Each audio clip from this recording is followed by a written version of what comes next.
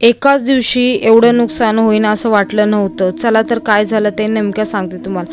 त्यापूर्वी बघा, समृद्धीचा आज WEचा प्रोजेक्ट होता, तर तिने त्या WEचं प्रोजेक्ट दिवसभर केलेलं आणि त्याच्यानंतर मी दुपारी मशीनला कपडे लावलेली, तर मशीन हालतच नव्हती. काय माहिती काय झालं, एकाच ठिकाणी कपडे हे होत होते. त्याच्यानंतर म्हटलं रात्रीच्या जेवणाला काय भाजी करू, काय समजतच नव्हतं. पण म्हटलं पहिलं दूध तापून घ्यावं, मग नंतर भाजी काय करायची ते बघते. दूध तापवायला गेले तर बघा लायटरच चालत नाही. लायटरला काय झालं काय माहिती.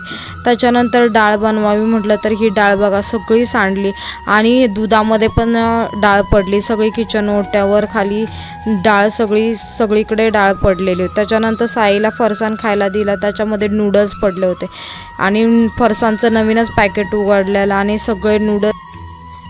त्याच्यानंतर हे काळे तीळ होते, त्याच्यामध्ये बडीशेप वगैरे सांडली होती, ते पण वेगळं केलं आणि हे फरसाणमधलं पण नूडल्स वेगळे केले.